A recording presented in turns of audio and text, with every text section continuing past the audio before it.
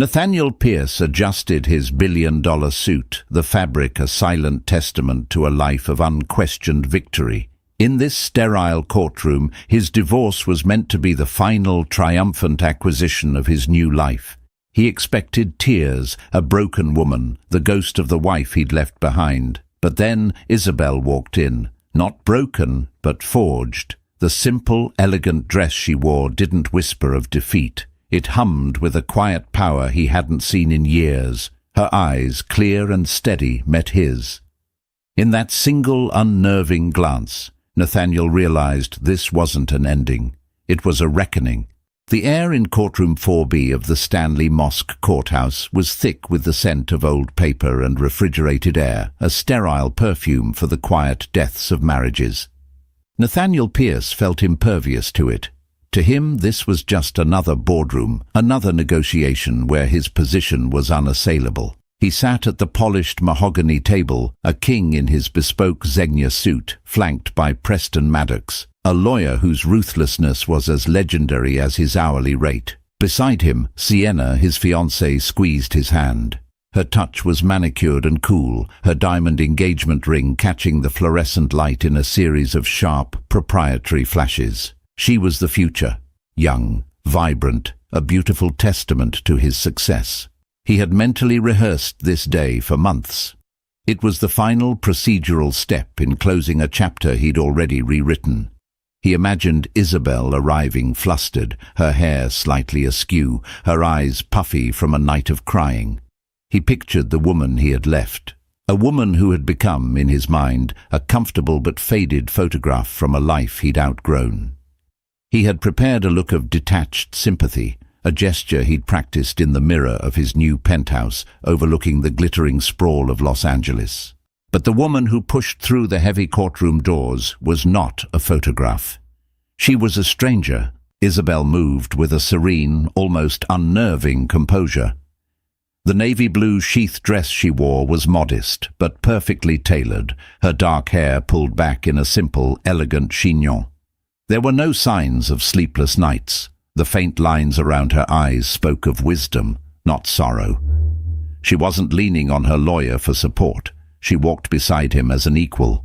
Her gaze swept the room once, cool, analytical, before landing on Nathaniel. It was not a look of hatred or heartbreak.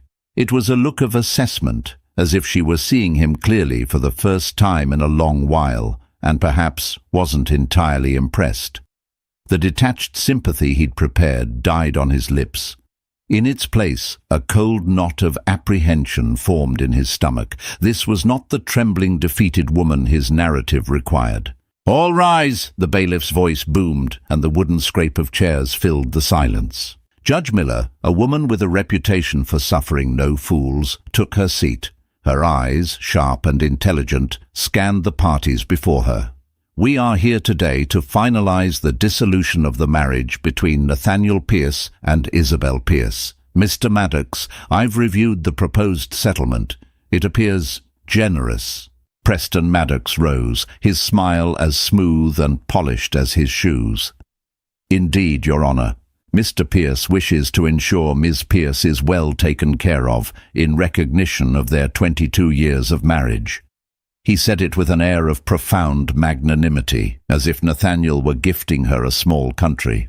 Nathaniel watched Isabelle for a reaction. A flicker of gratitude, relief. He saw nothing. She sat with a perfect, still posture, her hands resting calmly in her lap. Her lawyer, a man named Elias Thorne, whose firm was respectable but hardly in the same league as Maddox's, stood. "Your Honor," Thorne began, his voice calm and steady, "my client, Ms. Pierce, appreciates the thoroughness of Mr. Pierce's offer." A slight pause. Nathaniel felt Sienna shift beside him, her nails digging almost imperceptibly into his hand. "However," Thorne continued, "we are not here today to discuss the division of marital assets in the traditional sense. My client is not contesting the offer for the family home, the alimony, or the child support arrangements for their daughter, Sophia." Maddox's smug expression faltered for a fraction of a second. This wasn't in the script. Nathaniel leaned forward, the knot in his stomach tightening. What was this? Some play for more. Then what precisely are we here to discuss, Mr. Thorne? Judge Miller asked, her brow furrowing. Elias Thorne opened a leather-bound folder on the table. We are here, Your Honor, to file a motion to recognize Isabelle Pierce not as a dependent spouse, but as a founding partner in Pierce Innovations. A stunned silence descended upon the courtroom. Nathaniel felt the blood drain from his face. He stared at Isabelle, who finally turned her head and met his gaze directly. The quiet power he'd seen earlier now had a name: conviction. Sienna gasped beside him, a tiny, indignant sound. That is preposterous, Your Honor, Maddox sputtered, finding his voice. Pierce Innovations was founded by Mr. Pierce, and him alone. Ms. Pierce was a homemaker, a wonderful mother, I'm sure, but she had no involvement in the business. Is that so, Mr. Pierce? Judge Miller's gaze was now fixed on him, sharp as a shard of glass. Nathaniel opened his mouth, but no sound came out. His mind was reeling, thrown back 2 decades to a cramped garage smelling of oil and ambition. He saw Isabelle, then just 24, poring over his chaotic schematics, her fine arts degree giving her an eye for design that he lacked. He remembered her selling her late father's car to pay for their first patent filing. He remembered her working 2 jobs to keep them afloat while he chased a dream, her belief in him the only real capital he'd had. He had forgotten, or rather, he had chosen to forget. He had buried those memories under layers of success, rewriting history until he was the sole protagonist, the self-made genius. Isabelle's lawyer slid a document across the table. We have her father's cashed check for the patent. We have her design sketches for the first 3 product prototypes. And we have a dozen sworn affidavits from early employees who will testify that Isabelle Pierce wasn't just a supportive wife. She was the architect of the company's entire user interface philosophy. Each word was a hammer blow, dismantling the facade of his life. He looked at Sienna, her face a mask of confusion and fury, her diamond ring suddenly looking gaudy and cheap. He looked at Isabelle, her expression not triumphant but resolute. She wasn't there to ruin him. She was there for the truth. And in the crushing silence of that courtroom, Nathaniel Pierce, the man who had everything, realized he had already lost the only thing that ever truly mattered. The drive back to the Bel Air mansion was a silent, suffocating affair. Sienna, for once, was speechless, her mind visibly racing to calculate the financial implications of Isabelle's bombshell. The shock had curdled into a venomous anger that radiated off her in waves. Nathaniel stared out the tinted window of the Bentley, the palm tree-lined streets of Los Angeles blurring into an indifferent green smear. The house, when they arrived, felt less like a home and more like a mausoleum. It was a monument to his success, a sprawling structure of glass, steel, and white marble that Sienna had meticulously designed with the help of an architect who spoke more about negative space than comfort. Every surface was polished to a mirror shine, every piece of furniture a minimalist work of art that was terrifying to actually sit on. There were no fingerprints on the glass, no clutter on the counters, no life. I cannot believe her nerve, Sienna finally spat, slamming her ridiculously expensive purse onto a marble console table. The sound echoed in the cavernous foyer. A founding partner. After all you've given her? She's a greedy, bitter woman, Nathaniel. Preston will crush this. This is an insult. Nathaniel walked past her, his footsteps unnervingly loud on the marble floor. He went to the floor-to-ceiling window that overlooked an infinity pool, which in turn overlooked the city. It was the view he'd always wanted, the proof that he was on top of the world. Today, it just looked lonely. She sold her father's car, he said, his voice quiet, distant. What? Sienna snapped, following him. What are you talking about? A 1968 Mustang. It was the only thing he left her, he continued, speaking more to the glass than to her. She loved that car, but our patent application was due and we were $2,000 short, so she sold it. Didn't even hesitate. Sienna stared at him, her perfectly sculpted face a mixture of impatience and disbelief. "Nathaniel, that was 20 years ago. This is now. Are you seriously feeling sentimental? She is trying to steal millions of dollars from us." The word "us" hung in the air, feeling hollow and transactional. He turned to look at her. He saw the beautiful, ambitious woman he had chosen, the woman who adorned his arm at galas, who understood the currency of power and image. But for the first time, he found himself searching her face for something that wasn't there: shared history. She was a beautiful addition to his life, but Isabelle had been the foundation. He was suddenly, violently, thrown back into a memory so vivid it felt like time travel. They were in the kitchen of their first home, a tiny rented bungalow in Pasadena that always smelled faintly of jasmine from the overgrown bush outside. He was 32, and Pierce Innovations had just landed its first major contract. He was terrified, ecstatic, and utterly exhausted. Leo, their son, was a toddler, banging a wooden spoon on a pot on the floor, and Sophia was a new, warm weight in Isabelle's arms. Isabelle was stirring a pot of spaghetti sauce, her hair in a messy bun, a smudge of flour on her cheek. She was wearing an old, paint-stained sweatshirt of his. She looked up and caught his eye, a slow, radiant smile spreading across her face. She didn't need to say a word. In that smile, he saw it all. "I believe in you. We can do this. We are in this together." Later that night, with the kids asleep, they sat on their lumpy second-hand couch, sharing a cheap bottle of wine. He confessed his fears, that he was an imposter, that he would fail and drag them all down with him. Isabelle took his hand, her touch warm and solid. "Nathaniel," she'd said, her voice full of a fierce, quiet certainty, "failure is just a data point. We'll learn from it. But you won't fail, because your vision is brilliant, and you're not doing it alone." The memory faded, leaving a profound ache in its place. He looked around the sterile, silent mansion. He and Sienna didn't have conversations like that. They discussed stock portfolios, vacation destinations, and which charity event offered the best networking opportunities. They never talked about fear or failure, because in their world, such things were not supposed to exist. "Nathaniel, are you even listening to me?" Sienna's voice sliced through his reverie, sharp with irritation. "Preston is calling. We need a strategy."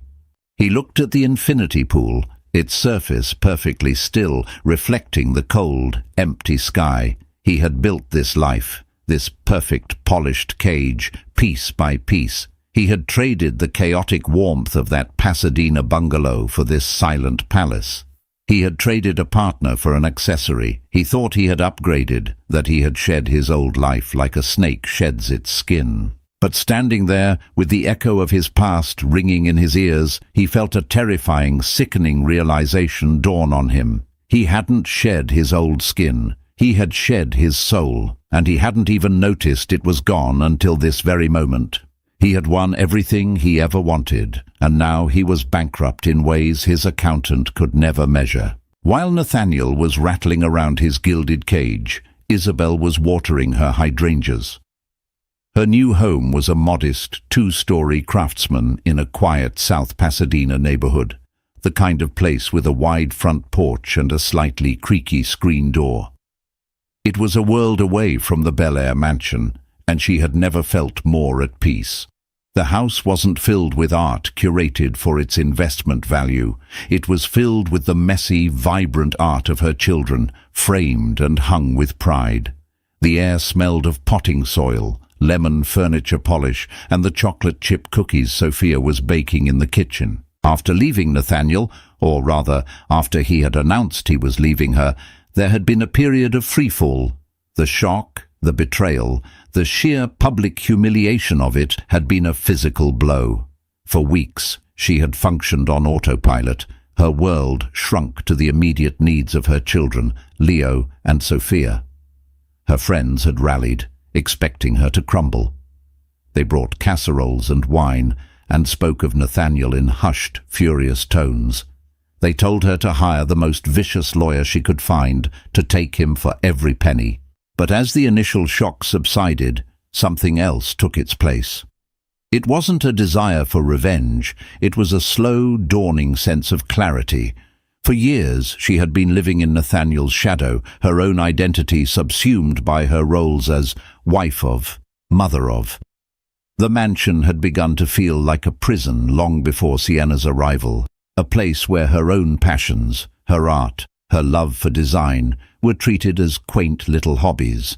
She had looked at her children, at Leo's simmering anger and Sophia's quiet, confused pain, and realized that wallowing in victimhood was a luxury she couldn't afford. More than that, it wasn't who she was. The same woman who had sold her father's car and sketched logos on diner napkins was still in there, buried under years of domesticity. She just had to find her again. So she moved out of the mansion, refusing Nathaniel's offer to put her up in a sterile luxury condo. Instead, she found this house, a place that needed work, a place she could pour her own energy into. She started a small landscape design business, channeling her artistic eye into creating beautiful, serene gardens for people. It started with a friend's backyard, then a neighbor, and soon, through word of mouth, she had a waiting list. It wasn't a multi-million-dollar enterprise, but it was hers. She was building something again with her own two hands. "Mom, the cookies are ready," Sophia called from the kitchen. Isabelle smiled, setting down the watering can. "They smell amazing, sweetie." She walked inside, the warmth of the kitchen wrapping around her. Sophia, at 16, had her father's sharp intellect, but her mother's compassionate heart. The divorce had hit her hard, but seeing her mother rediscover her own strength had been a powerful anchor. "Leo called," Sophia said, sliding a perfectly browned cookie onto a cooling rack. "He asked how it went today." Leo. Her son was 19, a sophomore at UCLA, and fiercely protective. He had seen the truth of his father's affair long before Isabelle had allowed herself to, and his anger at Nathaniel was a raw, open wound. "It was interesting," Isabelle said, choosing her words carefully. "Did Dad look surprised?" Sophia asked, her voice laced with a hint of satisfaction. Isabelle thought of Nathaniel's face, the initial arrogance melting into stunned disbelief. "Yes," she said simply. "I think he was." She hadn't made the decision to file for her founding partnership lightly. It wasn't about the money, though she knew the value of what she was owed. It was about reclaiming her own history. For 2 decades, Nathaniel had told the story of Pierce Innovations, and with each retelling her role had diminished until it vanished completely. He wasn't just erasing her from his future, he was erasing her from their shared past. Her children, she realized, were growing up hearing a myth, a story where their father was a solitary genius and their mother was a footnote. She couldn't let that stand, not for her and not for them. "Your grandfather would be proud, you know," Isabelle said softly, looking at Sophia. "He always said the most important thing you can own is your own story." Later that evening, after Sophia was upstairs doing homework, Isabelle sat on her front porch swing, a cup of chamomile tea in her hands. The street was quiet, the air fragrant with night-blooming jasmine, the same scent as their first little house. She hadn't thought of that in years. Her phone buzzed. It was a text from Elias Thorne. "Maddox called. He's threatening a countersuit for malicious intent. They're rattled, Isabelle. Stay strong." A year ago, a message like that would have sent her into a panic. Tonight, she just felt a calm resolve. She wasn't the frightened, dependent woman they thought she was. She was the woman who had helped build an empire out of a garage. She had faced down bankruptcy, exhaustion, and overwhelming odds. A belligerent lawyer in a $1,000 suit hardly seemed intimidating by comparison. She thought about Nathaniel, not with anger, but with a profound and weary sadness. He had gained the world, but had lost his compass. He was adrift in a sea of his own making, surrounded by shiny, empty things. She wasn't fighting him for revenge. In a strange way, she was fighting for him, too. She was fighting for the truth. Because only by confronting the real story of how he got to the top would he ever have a chance of finding the man he used to be, the man who had been her partner in every sense of the word, The motion Isabelle filed sent a shockwave through Nathaniel's carefully constructed world. The story was leaked to the financial press. Not the messy details of the affair, but the far more compelling narrative of the brilliant ex-wife claiming her stake in a tech empire. The headlines were brutal. The ghost in the machine. Did Nathaniel Pierce erase his co-founder? Suddenly, Nathaniel wasn't just a divorcing CEO, he was a potential fraud. The board of Pierce Innovations, a group of stoic, silver-haired men who valued stability above all else, were calling for emergency meetings. His stock price took a small but noticeable dip. The pressure inside the Bel Air mansion became unbearable.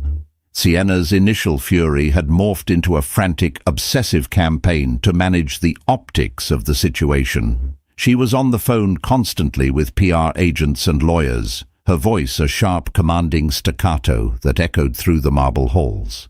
"We need to release a statement," she announced one evening, pacing in front of the cold, unlit fireplace. She was dressed in white silk pajamas that probably cost more than Isabelle's monthly mortgage. Something that paints her as a disgruntled spouse lashing out. "We'll talk about your philanthropic work, your commitment to the company. We need to control the narrative, Nathaniel." Nathaniel was sitting in a leather armchair, a glass of untouched Macallan 25 in his hand. He was staring at an old photograph he'd dug out of a storage box, a faded Polaroid of him and Isabelle, young and beaming, standing in front of their garage workshop. A sign they'd painted by hand was tacked to the door. "Pierce Innovations Headquarters." "There is no narrative, Sienna," he said, his voice tired. "There's just the truth." "The truth is what people believe," she retorted, her frustration boiling over. "And right now, they're starting to believe her. This is affecting the company. This is affecting my future. Our future." There it was again. The naked, unvarnished self-interest. He looked at her, truly looked at her, and saw the raw panic in her eyes. She wasn't panicking for him, or for the integrity of his life's work. She was panicking because the gilded cage she had worked so hard to enter was under threat. The lifestyle, the status, the security, it was all tied to a number in a bank account, a number Isabelle was now threatening to significantly reduce.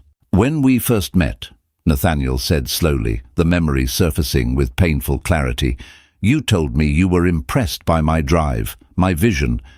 I still am," she said, her tone softening as she tried a different tactic. She came over and knelt by his chair, placing a hand on his knee. "You're the most brilliant man I've ever met." "No," he said, shaking his head. "You were impressed by my jet. You were impressed by my penthouse in New York.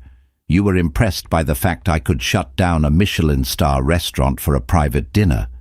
You fell in love with the results, Sienna. You never had any interest in the process." She recoiled as if he'd slapped her. "That's not fair. I love you." The words sounded hollow, rehearsed. Did she? Or did she love the idea of him, the power he wielded? He remembered the grueling early years with Isabelle, the 100-hour work weeks, the ramen noodle dinners, the constant gnawing fear of failure. Isabelle had been in the trenches with him. She had celebrated every tiny victory and cushioned every crushing blow. Sienna had arrived for the victory parade, champagne flute in hand. The breaking point came a few days later. Nathaniel was on a conference call with the board, a brutal affair where he was forced to defend his personal integrity. He was exhausted and demoralized. After he hung up, he walked into their master bedroom to find Sienna surrounded by swatches of fabric and design magazines. "I'm thinking we should redo the Aspen house," she announced brightly, as if he hadn't just been professionally vivisected. "This decor is so dated. I want something more modern. Clean lines. What do you think of this Italian marble?" She held up a magazine, pointing to a bathroom that looked like a surgical suite. Nathaniel stared at her. The complete and utter disconnect from his reality was staggering. He was fighting for the soul of his company, for his reputation, and she was concerned with interior decorating. A dark, bitter laugh escaped his lips. "What's so funny?" she asked, her brow wrinkling. "The Aspen House," he said, the words dripping with an irony she couldn't possibly comprehend. Isabelle hated that house. She said it was ostentatious. She said we bought it to impress people we didn't even like. "Well, she was wrong," Sienna said defensively. "It's a statement property." "No, Sienna," he said, the exhaustion in his voice replaced by a sudden, chilling clarity. She was right. He walked over to the closet, a vast walk-in space larger than his first apartment. He pulled out a suitcase. "What are you doing?" Sienna asked, her voice rising in alarm. "I'm going to a hotel," he said, throwing shirts and trousers into the bag with methodical precision. "I need some space. I need to think." "Think about what? How to fight her?" "No," Nathaniel said, pausing to look at her, the Polaroid from the garage flashing in his mind. "I need to think about how to tell the truth." Panic flooded Sienna's face. This was a variable she hadn't accounted for. A Nathaniel who wasn't interested in fighting, in winning at all costs. "You can't be serious. You'll ruin everything." "For what? Some misplaced guilt over a woman you left behind?" "I didn't just leave her behind, Sienna," he said, his voice dangerously quiet. "I tried to erase her, and I'm just now beginning to understand the difference." He zipped the suitcase and walked out of the room, leaving her standing alone amidst her swatches and magazines, the silent queen of an empty, crumbling kingdom. The sterile quiet of the hotel suite was a welcome respite. For the first time in years, Nathaniel was surrounded by an absence of expectation. There were no board members to appease, no social calendars to manage, no Sienna trying to redecorate their life. There was only him and the crushing weight of his own choices. It was in this solitude that he realized the battle with Isabelle over the company was a symptom of a much deeper disease. The real casualties of his war on the past were his children. He hadn't seen much of Leo and Sophia since the separation. He told himself it was because they were busy with their own lives. College, high school, friends. But the truth was, he had kept his distance because their presence was a mirror, reflecting a version of himself he didn't want to see. A failure as a father. His attempts at connection were clumsy and transactional. He'd send money, buy them expensive gifts they didn't ask for, and suggest outings to five-star restaurants where the silence between them was as thick and heavy as the velvet curtains. He decided to try again. Not with a grand gesture, but with something simple. He called Sophia. "Hey, sweetie, it's Dad." The pause on the other end of the line was telling. "Hi. I was wondering, would you and Leo be free to get some pizza this weekend? That old place we used to go to in Larchmont, Sal's." Another pause. Sal's was their spot. It was cheap, loud, and had greasy red checkered tablecloths. It was where they went for birthdays and after soccer games. It was a place from the before. "I'll have to ask Leo," Sophia said, her voice non-committal. I'll text you." She did text, a few hours later. "Leo says we can do Saturday at 7. The lack of enthusiasm was palpable, but it was a yes. When he walked into Sal's that Saturday, they were already there, sitting in a booth in the back. Seeing them together was a jolt. Leo, with his dark, intense eyes, so like Isabelle's, had a protective arm resting on the back of the booth behind his sister. Sophia was picking at a loose thread on her jeans, her shoulders hunched. They looked like two soldiers in hostile territory. "Hey," Nathaniel said, sliding into the booth. The vinyl was cracked and familiar. "Thanks for coming." "Sophia wanted to," Leo said, his voice flat. It was an immediate clarification. "I'm only here for her." The chasm between them felt immense, unbridgeable. He tried to fill it with small talk. He asked Leo about his classes, Sophia about her upcoming art project.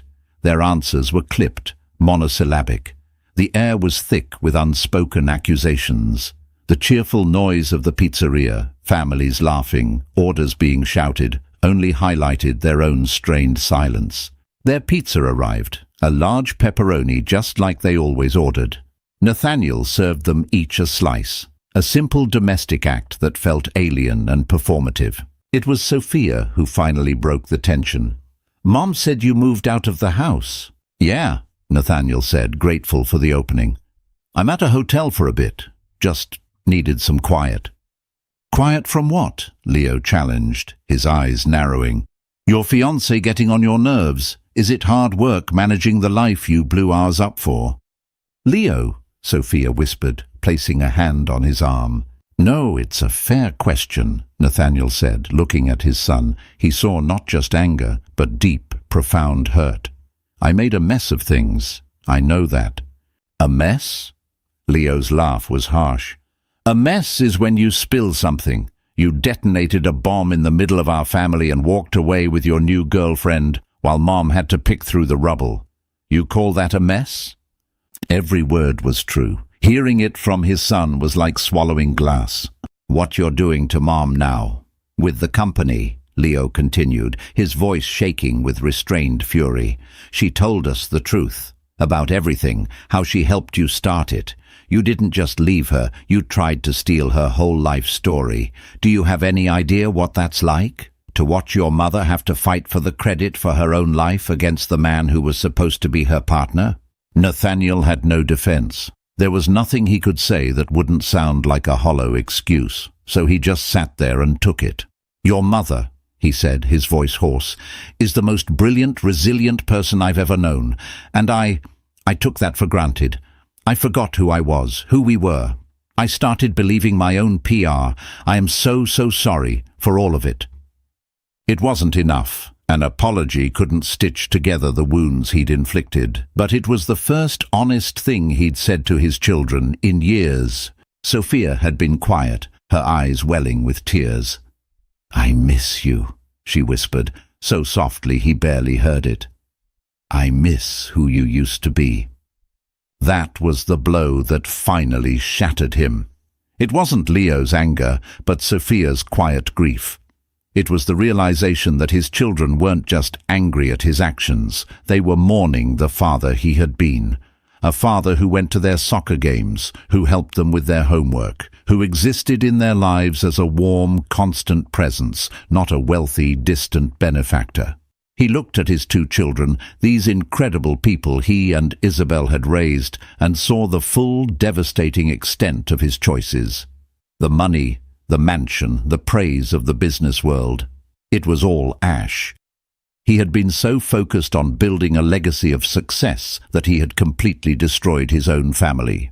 His portrait in their lives was fading, and he was the one holding the eraser. The day they were due back in court, the atmosphere was entirely different. The story had taken on a life of its own, and the room was filled with a low buzz of anticipation. Nathaniel arrived alone. He had officially broken his engagement with Sienna, an ugly, transactional conversation that involved lawyers and non-disclosure agreements. It felt less like a breakup and more like a hostile merger falling apart. He felt no sadness, only a grim sense of relief, as if a fever had broken. He sat at his table, with Preston Maddox beside him. Maddox was tense, his usual slick confidence replaced by a brittle defensiveness. He had advised Nathaniel to fight Isabelle's claim to the bitter end, to bury her in paperwork and drain her resources. Nathaniel had refused. "We are not going to countersue," Nathaniel had told him that morning. "We are not going to try and discredit her. We are going to listen." Maddox had looked at him as if he'd lost his mind. When Isabelle walked in with Elias Thorne, she looked exactly the same, composed, resolute. But this time, when her eyes met Nathaniel's, he didn't look away. He held her gaze and gave a small, almost imperceptible nod. It was a gesture of concession, of respect. He saw a flicker of surprise in her eyes before she turned her attention to the judge. "Mr. Maddox," Judge Miller began, her tone all business. "Last time we were here, Mr. Thorne made a rather extraordinary claim on behalf of his client. Do you have a response?" Maddox stood, shuffling his papers. "Your Honor, with all due respect, the claim is baseless. While Mr. Pierce acknowledges his ex-wife's support in the early years, as any spouse would support another. This in no way constitutes a legal partnership. He droned on, citing legal precedents and corporate bylaws. Nathaniel barely listened. He was watching Isabelle. He was remembering. He saw her at their kitchen table at 2 a.m., rewriting his business plan because, as she gently put it, his was brilliant on the tech, but a little fuzzy on the humans. He saw her charm their first skeptical investor, not with numbers, but with a passionate, eloquent explanation of how their product would genuinely improve people's lives. He was the engineer, she was the conscience. He had built the engine, but she had drawn the map. "Mr. Thorne?" the judge prompted when Maddox finally wound down. Elias Thorne stood. "Your Honor, we could spend weeks deposing early employees. We could bring in forensic accountants and intellectual property experts. We could turn this into a long, ugly, and very public war." He paused, letting the words hang in the air. Nathaniel saw Maddox tense, preparing for the attack. "But my client has no desire to do that," Thorne continued. "This was never about waging a war. It was about correcting the record. Therefore, we'd like to propose a different kind of settlement." He placed a single slim folder on the table. A bailiff delivered it to Judge Miller and another to Maddox. Nathaniel leaned over to look at Maddox's copy. It wasn't a demand for money. It wasn't a claim for a percentage of the company.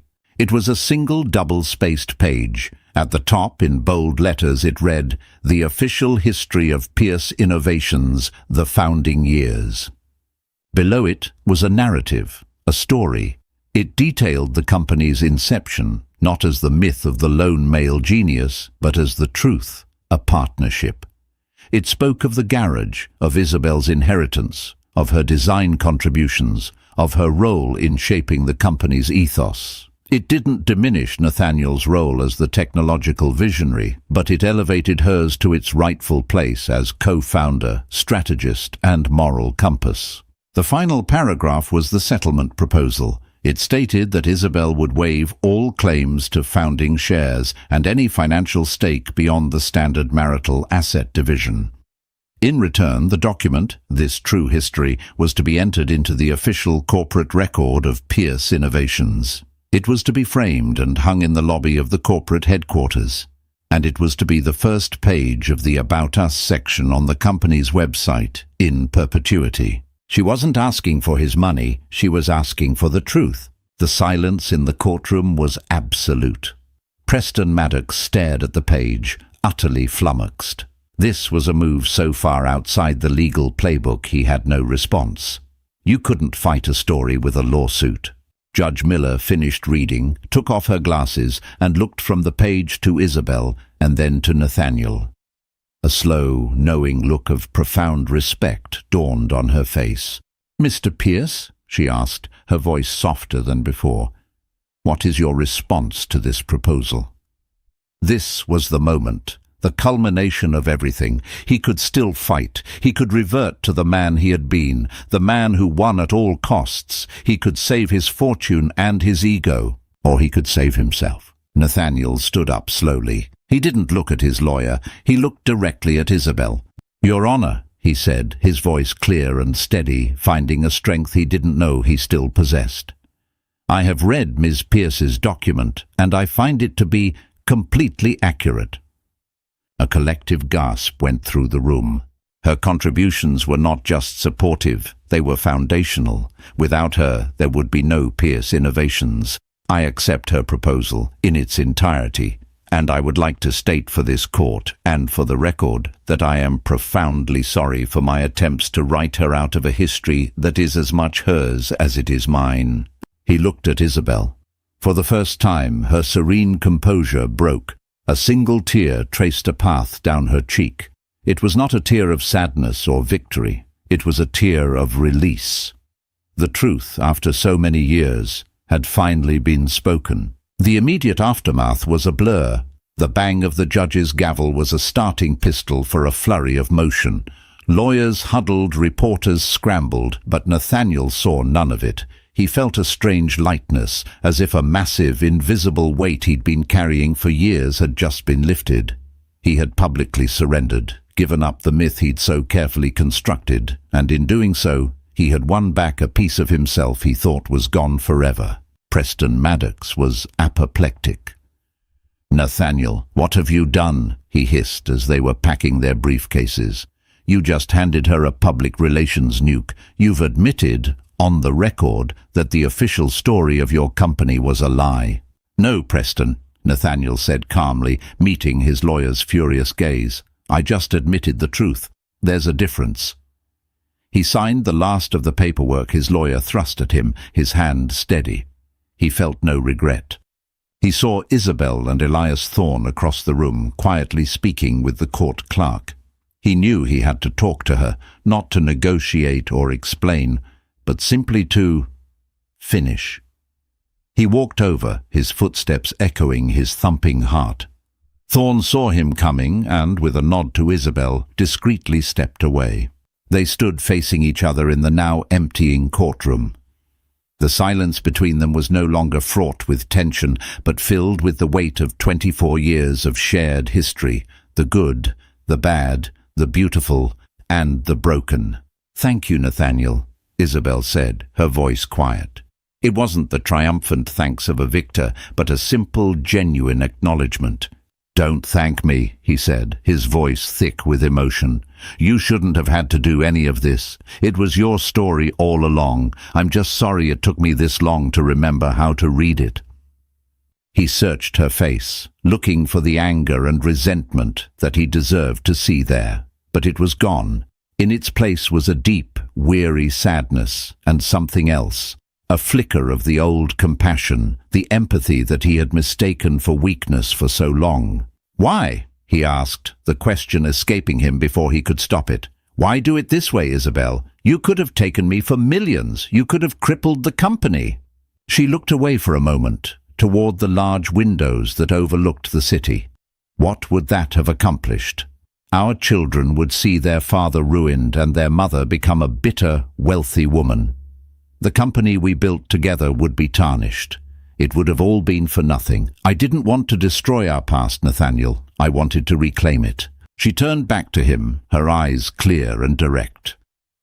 "This was never about money. It was about our children.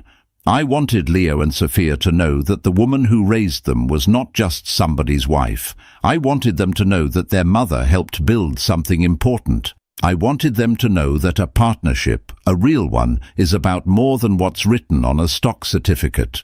Her words hit him with the force of a physical blow. In all his calculations, all his selfish justifications, he had never once considered that perspective. He had been so consumed with what he was gaining, while she had been fighting for what their children were losing. A history to be proud of. A raw, ragged sob broke from his chest. It was a sound of pure, undiluted grief for his marriage, for his family, for the man he had failed to be. The polished facade of Nathaniel Pierce, CEO, shattered completely, leaving only a broken, contrite man. He didn't try to hide it. He let her see the full depth of his reckoning. Isabelle didn't rush to comfort him. She didn't offer platitudes. She simply stood there and bore witness to his pain, granting him the dignity of his own breakdown. She had seen him at his best and his worst, and she was seeing him now at his most stripped down and honest. After a long moment, he finally managed to get himself under control. He wiped his eyes, feeling utterly exposed. "I'm selling the house," he said, the words tumbling out. "And Sienna. We're done. It's over." He wasn't saying it to win her back. He knew that was impossible. He was saying it because he needed her to know that the illusion was over. He was done with the life he'd built on a foundation of lies. Isabelle simply nodded, accepting the information without judgment. "What will you do now?" "I don't know," he admitted, and it was the most honest answer he'd given in a decade. "Try to be a father. Try to be a better man." It sounded hopelessly cliché, but in the quiet of that courtroom, it felt like a sacred vow. He knew he couldn't earn her forgiveness, not really. That wasn't his to ask for, but maybe, just maybe, he could start the long, arduous process of earning back his own self-respect. 3 months later, the world looked different. True to his word, Nathaniel had implemented Isabelle's proposal. The newly christened founding story was the first thing visitors saw on the Pierce Innovations website. A beautifully framed copy, printed on archival paper, hung in the lobby right next to the company's mission statement. It caused a stir in the industry, but a positive one. The story of reconciliation and integrity was far more powerful than the story of a messy divorce. The company's stock, after the initial wobble, had never been higher. Nathaniel sold the Bel Air mansion and moved into a modest, comfortable apartment in Santa Monica, a few miles from the beach. He sold the jet and the Bentley. He started taking the lead on the company's philanthropic foundation, a part of the business he'd always delegated, and found a surprising sense of purpose in it. He was working to build something that wasn't measured in profit margins. The most difficult work, however, was rebuilding the ruins of his family. It was a slow, painstaking process with no guarantee of success. He didn't try to buy his children's affection anymore. Instead, he showed up. He went to Sophia's art shows and Leo's university debates. He didn't sit in the front row. He stood quietly in the back, expecting nothing. He sent them texts not to arrange meetings, but to say he was proud of them. The first breakthrough came unexpectedly. Leo had a major economics presentation, and his laptop crashed the night before. After trying everything, in a moment of desperation, he called Nathaniel. Nathaniel dropped everything and spent the next 6 hours with his son, not as a CEO delegating a problem, but as a father, patiently helping him recover the files and rebuild the presentation. They worked until dawn, fueled by coffee and a shared sense of purpose. As the sun came up, Leo looked at him across the kitchen table, exhaustion and gratitude in his eyes. "Thanks, Dad," he said. The 2 words were a bridge across a vast canyon. His relationship with Isabelle found a new, quiet rhythm. They weren't friends, not in the traditional sense. The scars were too deep for that. But they were partners in a new venture, co-parenting their children into adulthood. They spoke once a week, discussing Sophia's college applications or Leo's summer internship plans. The conversations were polite, sometimes a little formal, but underpinned by a new, hard-won respect. One Saturday afternoon, Nathaniel was at a local park, watching Sophia play in a weekend soccer league. From across the field, he saw Isabelle on the sidelines, cheering. He had made a point of keeping his distance at these events, giving her space. But today she walked over to him. "She's gotten so much better at her corner kicks," Isabelle said, her eyes on their daughter. "She has your determination," Nathaniel replied, a small smile touching his lips. They stood in comfortable silence for a moment. 2 parents watching their child, a shared past and a separate future converging in the present moment. "Leo told me you helped him with his project," Isabelle said, turning to look at him. "That was a good thing you did, Nathaniel." "It was the least I could do," he said. "No," she said, her gaze steady. "It wasn't. It was a start." A whistle blew, and the game was over. Sophia's team had won. She ran over, sweaty and beaming, and hugged her mom. Then she turned and, without hesitation, gave Nathaniel a hug, too. It was the first time she had initiated any physical affection since the separation. He held his daughter, overwhelmed, and caught Isabelle's eye over Sophia's shoulder. She gave him a small, almost imperceptible nod. It wasn't a promise of forgiveness, and it certainly wasn't a hint of reconciliation. It was an acknowledgement, a recognition that he was present, that he was trying, that the first stone of a new foundation had been laid. He knew he would never get back what he had so carelessly thrown away. The family he'd had was a country to which he could never return. But as he stood there, between the woman he had wronged and the daughter he was trying to win back, he felt a flicker of something he hadn't felt in years. Hope. The path to redemption was long and uncertain, but for the first time, he was finally walking in the right direction. This story is a powerful reminder that true wealth isn't measured by stock prices or square footage, but by the integrity of our relationships and the truth of our own stories. Nathaniel's journey from arrogant millionaire to repentant father shows that it's never too late to take accountability and begin the hard work of rebuilding. Isabelle's quiet strength teaches us that power doesn't always roar. Sometimes it's found in the courage to demand the truth. What did you think of Isabelle's final decision in court? Do you believe Nathaniel's redemption is real? Let us know your thoughts in the comments below. If this story moved you, please give it a thumbs up, share it with someone who might need to hear it, and subscribe for more emotional, true-to-life stories.